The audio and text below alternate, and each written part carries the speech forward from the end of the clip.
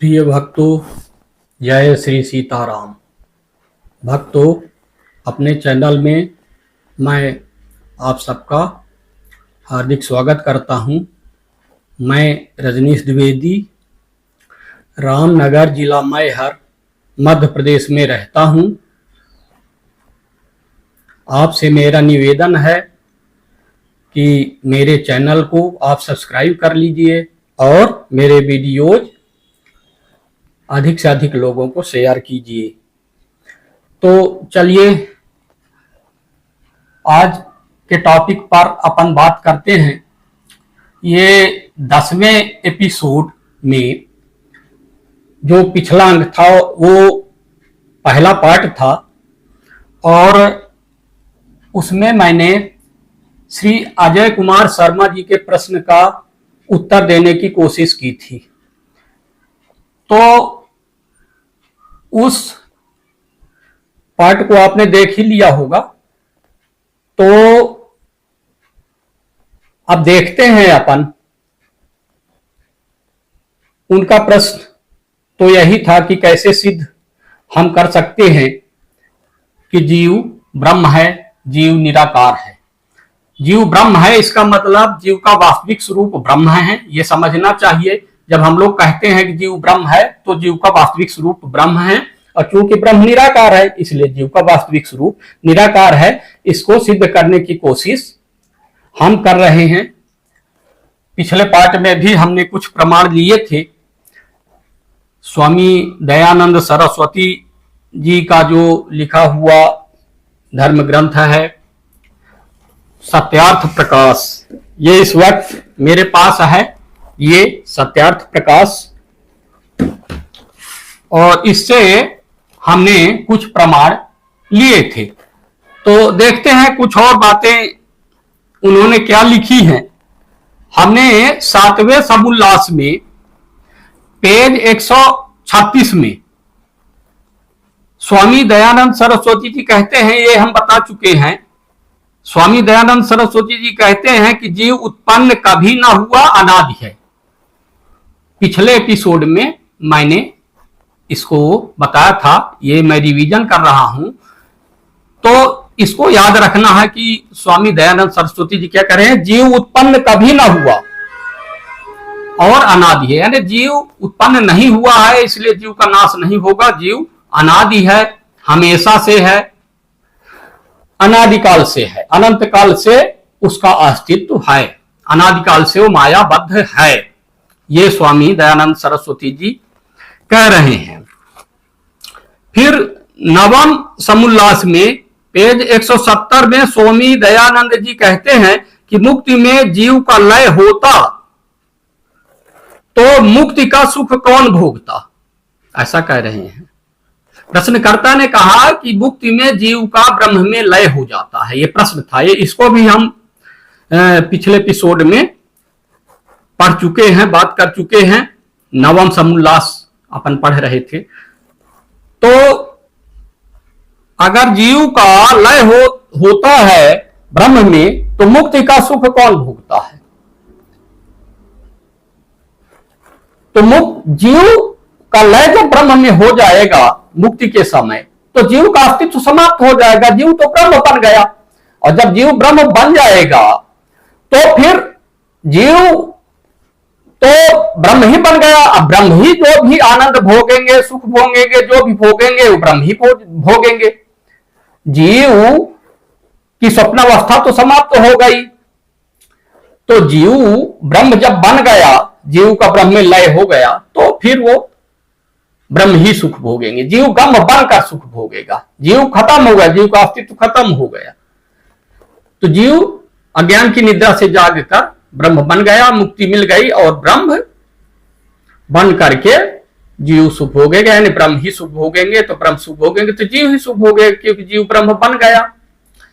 तो ये चीज है इसमें, ये हम अपनी तरफ से कह रहे हैं, इसका उत्तर दे रहे हैं।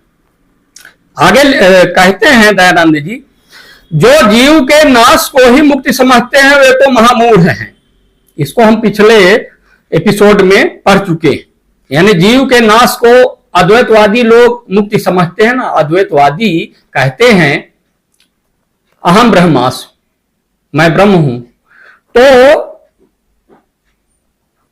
उन्हीं के लिए कह रहे हैं स्वामी दयानंद सरस्वती जी कि जीव के नाश को ही मुक्ति समझते हैं जो लोग, यानी वे इशारा अद्वैतवादियों की तरफ कर रहे हैं। तो कह रहे हैं वे महामूढ़ हैं, यानी अद्वैतवादी महामूढ़ हैं जो जीव के नाश को मुक्ति समझते हैं, यानी जीव नष्ट हो जाएगा तो जीव की मुक्ति हो जाएगी। तो कह रहे हैं ऐसा कि वे महामूढ़ हैं, क्योंकि मुक्त जीव की यह है कि दुखों से छूटकर परमेश्वर में जीवों का आनंद में रहना। यानी जीव बंधन से छूट जाएंगे, मुक्ति में आ जाएंगे, परमेश्वर में रहेंगे। इसके विषय में हम बात पिछले अंक में कर चुके हैं, अलग से बात करने की जरूरत नहीं है। एक और चीज आई थी, स्वामी दयानंद सरस्वती जी से पूछा गया था कि मुक्ति में जीव के पास स्थूल शरीर रहता है कि नहीं रहता। तो उन्होंने कहा कि स्थूल शरीर नहीं रहता। मुक्ति में जब जीव मुक्त हो जाता है तो स्थूल शरीर नहीं रहता है। तो स्थूल शरीर तो ऐसे भी मृत्यु के समय भी नहीं रहता। जब मनुष्य की मृत्यु हो जाती है तो फिर जीव स्थूल शरीर को छोड़कर, इस स्थूल जगत को छोड़कर सूक्ष्म जगत में चला जाता है, जिसको हम लोग परलोक कहते हैं। वहां पर वो कुछ दिन निवास करता है, फिर बाद में फिर ईश्वर उसको नया शरीर देते हैं और फिर वह फिर से नए शरीर के साथ इस संसार में आ जाता है, या इस संसार में जन्म उसके नए शरीर का हो जाता है। तो ये चीज है, इन चीजों को याद रखना है। अब आगे अपन और देख रहे हैं नवम समुल्लास में कि स्वामी दयानंद सरस्वती जी क्या कह रहे हैं अपने ग्रंथ सत्यार्थ प्रकाश में।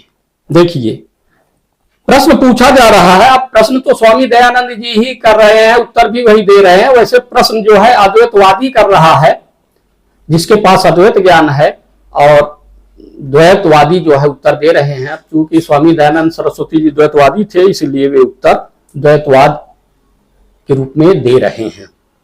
प्रश्न है, जीव मुक्ति को प्राप्त होकर पुनः जन्म मरण रूप दुख में कभी आते हैं वह नहीं। यानी जीव मुक्त हो गया तो वो जन्म और मरण दुख रूप में आएंगे कि नहीं, यानी स्थूल शरीर मिलेगा इस संसार में कि नहीं मिलेगा, इस संसार में आना होगा कि नहीं होगा। वही प्रश्नकर्ता ही कह रहे हैं कि मुक्ति तो वही है जिससे निवृत्त होकर पुनः संसार में कभी नहीं आता। यानी मुक्ति या मोक्ष वही चीज है कि जो मिल जाए एक बार तो फिर बंधन हमेशा के लिए चला जाता है, जीव फिर पुनः इस संसार में नहीं आता। ये प्रश्नकर्ता कह रहे हैं। तो स्वामी दयानंद जी उत्तर दे रहे हैं कि यह बात ठीक नहीं है।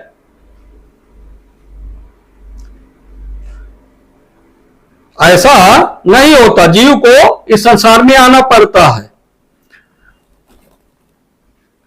लंबे समय तक मुक्ति की अवस्था में ब्रह्म में रहने के बाद लंबे समय तक जीव मुक्त अवस्था में रहता है, फिर से उसको बंधन हो जाता है, इस संसार में आना पड़ता है।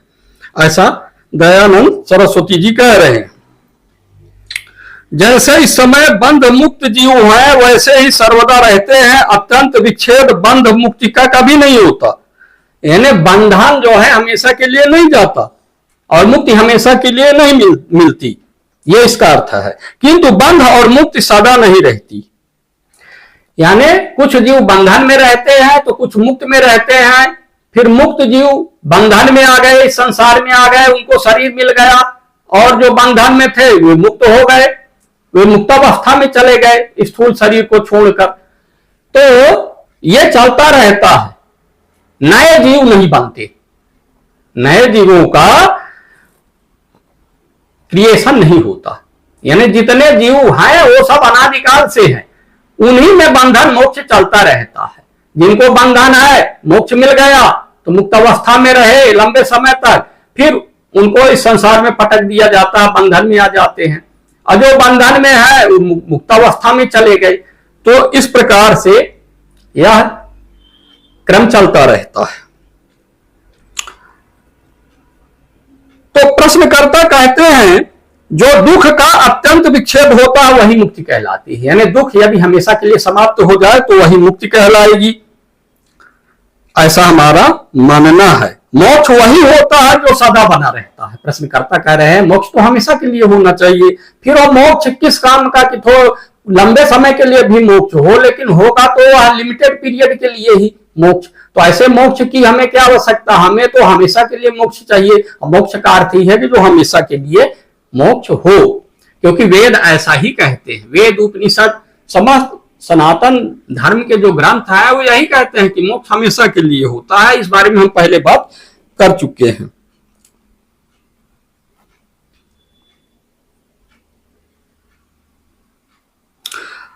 आगे उत्तर दे रहे हैं स्वामी दयानंद सरस्वती जी, कहते हैं आवश्यक नहीं है, यह आवश्यक नहीं है कि हमेशा के लिए मोक्ष मिले। ये कह रहे हैं कि ये सत्य नहीं कि हमेशा के लिए मोक्ष मिल जाता है। आगे बात कर रहे हैं, जो प्रश्न है आता है, जो मुक्ति से भी जीव फिर आता है वह कितने समय तक मुक्ति में रहता है, यानी जीव जो बंधन में था उसको मुक्ति मिल गई तो कितने पीरियड तक वह मुक्ति की अवस्था में रहेगा, फिर उसके बाद बंधन में डाल दिया जाएगा, मायाबद्ध हो जाएगा। तो कहते हैं, उत्तर दे रहे हैं स्वामी दयानंद सरस्वती, वे मुक्त जीव मुक्त में प्राप्त होकर ब्रह्म में आनंद को बहुत लंबे समय तक भोगते हैं। अब इसमें उसमें काफी लंबा टाइम बताया गया है कई लाइनों में, तो हम शॉर्ट में बता रहे हैं कि लंबा समय, लंबे पीरियड तक जीव मुक्तावस्था में रहता है। इतना समय मुक्ति में सुख भोगने का है, यानी बहुत लंबा समय, बहुत ही लंबा समय होता है जितने समय तक जीव मुक्त की अवस्था में रहता है और आनंद की अवस्था में रहता है ब्रह्म में, ऐसा कहना है स्वामी जी का। अब फिर प्रश्न ये आ रहा है, प्रश्न किया जा रहा है, अद्वैतवादी कर रहा है, सब संसार और ग्रंथकारों का यही मत है जिससे पुनः जन्म मरण में कभी न आवे, यानी मुक्ति वही है कि जिससे कभी वह जन्म और मरण यानी शरीर धारण करना, शरीर छोड़ना, ये दुख उसको कभी न मिले, वही मुक्ति कहलाती है। वो बंधन में फिर ना आए तभी तो मुक्ति है, ये कह रहे हैं। तो स्वामी दयानंद सरस्वती जी उत्तर दे रहे हैं कि जो मुक्ति में से कोई भी लौट कर जीव संसार में ना आए तो संसार का उच्छेद अर्थात जीव निःशेष हो जाने चाहिए, जीव खत्म हो जाएंगे, क्योंकि जीव तो फिक्स है, जितने थे अनादिकाल से उतने न है। यदि एक एक करके सबकी मुक्ति हमेशा के लिए हो जाएगी तो जीवों का अस्तित्व ही समाप्त हो जाएगा, फिर जीव बचेंगे ही नहीं, जीव निःशेष हो जाने चाहिए, ऐसा कह रहे हैं। यानी जीव समाप्त हो जाएंगे, जब जीव समाप्त हो जाएंगे तो संसार भी समाप्त हो जाएगा, तो ऐसा कह रहे हैं। अब आगे प्रश्न आता है, जीव मुक्त होते हैं इतने ईश्वर नए उत्पन्न करके संसार में रख देता है, इसलिए निःशेष नहीं होते। यानी जीव मुक्त होते हैं तो जीव का अस्तित्व जब समाप्त हो जाता है तो ईश्वर नए जीव बना देते हैं। जैसे पानी का बुलबुला, एक नष्ट हुआ दूसरा बना, दूसरा तीसरा बना, ऐसे नष्ट हो जाते हैं, नए पानी के बुलबुले पानी के ऊपर बनते रहते हैं। ऐसे जीवों को भी ईश्वर जीव को मुक्त कर दिए, जीव ब्रह्म बन गया, अब उसके बाद नए जीव पैदा कर दिए तो बंधन में आ गए, फिर वे भी मुक्तावस्था को प्राप्त करेंगे, उनको भी मोक्ष कभी मिलेगा, उनका भी अस्तित्व समाप्त हो जाएगा, वो ब्रह्म बन जाएंगे। तो ये सिलसिला चलता रहता है। तो जीव संसार में नहीं घटते, निःशेष नहीं होता, जीवों से खाली संसार नहीं होता, जीव आते रहते हैं, बनते रहते हैं, मोक्ष को प्राप्त करते रहते, जीवों के आने और जाने का सिलसिला चलता रहता है। तो जीव निःशेष कैसे हो जाएंगे ऐसा?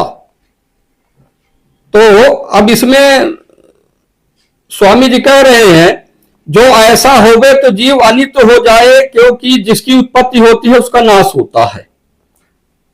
यानी मुक्ति, यानी जीव नष्ट हो गया तो जीव अनित्य हो जाएगा, फिर उसकी नित्यता गई। जीव तो नित्य है, हमेशा से है, हमेशा रहेगा। जैसे ईश्वर नित्य है वैसे जीव भी नित्य है, ऐसा द्वैतवादी मानते हैं। तो स्वामी दयानंद सरस्वती जी इस बात को कह रहे हैं कि जीव अनित्य हो जाएगा, फिर यानी जीव का नाश हो जाएगा, जीव खत्म हो जाएगा। तो जिसकी उत्पत्ति होती है उसका नाश अवश्य होता है, फिर यानी जीव अगर उत्पन्न हुआ है तो उसका नाश भी अवश्य हो जाएगा। आप ऐसा कह रहे हैं तो आपके मतानुसार मुक्ति पाकर भी जीव विनष्ट हो जाएंगे, यानी जीव का नाश हो जाएगा। लेकिन अद्वैतवाद का अर्थ अलग है, यही तो अद्वैत को समझना थोड़ा सा कठिन है लोगों के लिए। अद्वैत का यह अर्थ नहीं है कि जीव नष्ट हो जाएगा तो पूरा अस्तित्व ही उसका समाप्त हो जाएगा। जीव नष्ट होकर ही ब्रह्म बनेगा, नहीं इधर नष्ट होना हुआ उधर ब्रह्म का स्वरूप मिल गया। जैसे जागना होता है ना, स्वप्नावस्था से जागना, जीव जब तक स्वप्नावस्था से जागेगा नहीं तब तक ये नया ये जो हमारा ओरिजिनल स्वरूप है ये कैसे मिलेगा? ये तो पड़े रहेगा बिस्तर पे, जीव सोते रहेगा और स्वप्नावस्था में ही रह जाएगा। तो उधर स्वप्नावस्था गई और इधर जागृतावस्था मिली। यही चीज है इसमें अद्वैत ज्ञान में कि अज्ञान की अवस्था गई, वो भी एक स्वप्नावस्था है। हम बता चुके हैं पिछले एपिसोड में, सभी एपिसोड आप देखिए एक एक करके, तब समझ में बात आएगी, नहीं तो ऐसे नहीं आएगी। तो जीव ज्ञान की निद्रा से जाग जाता है और उसके पास सर्वज्ञता आ जाती है। पहले अल्पज्ञ रहता है, थोड़ा सा ज्ञान रहता है, फिर सर्वज्ञ बन गया, सर्वज्ञ ब्रह्म बन गया जागे कर, उसके अज्ञान की निद्रा चली गई और वो अपने आप को एक नए स्वरूप में, सर्वज्ञता के स्वरूप में, ब्रह्म के स्वरूप में पाता है। तो ये इसमें कह रहे हैं विनष्ट हो जाएगा, जीव विनष्ट हो जाएगा, नाश हो जाएगा जीव का। अगर ऐसा हुआ तो जीव की मृत्यु नहीं हो सकती। मुक्ति अनित्य हो गई और मुक्ति के स्थान में बहुत सा भीड़ भड़क्का हो जाएगा, यानी मुक्ति अनित्य हो जाएगी, नाशवान हो जाएगी, फिर मुक्ति का कोई मतलब नहीं रह जाएगा, क्योंकि भीड़ भड़क्का हो जाएगा। आगम अधिक और व्यय कुछ भी नहीं होने से बढ़ती का पारावार न रहेगा। यानी आप जो कह रहे हैं कि जीव का नाश हो जाएगा, हम इससे सहमत नहीं है, जीव का नाश नहीं होगा, तो इसलिए ये सत्य नहीं है। तो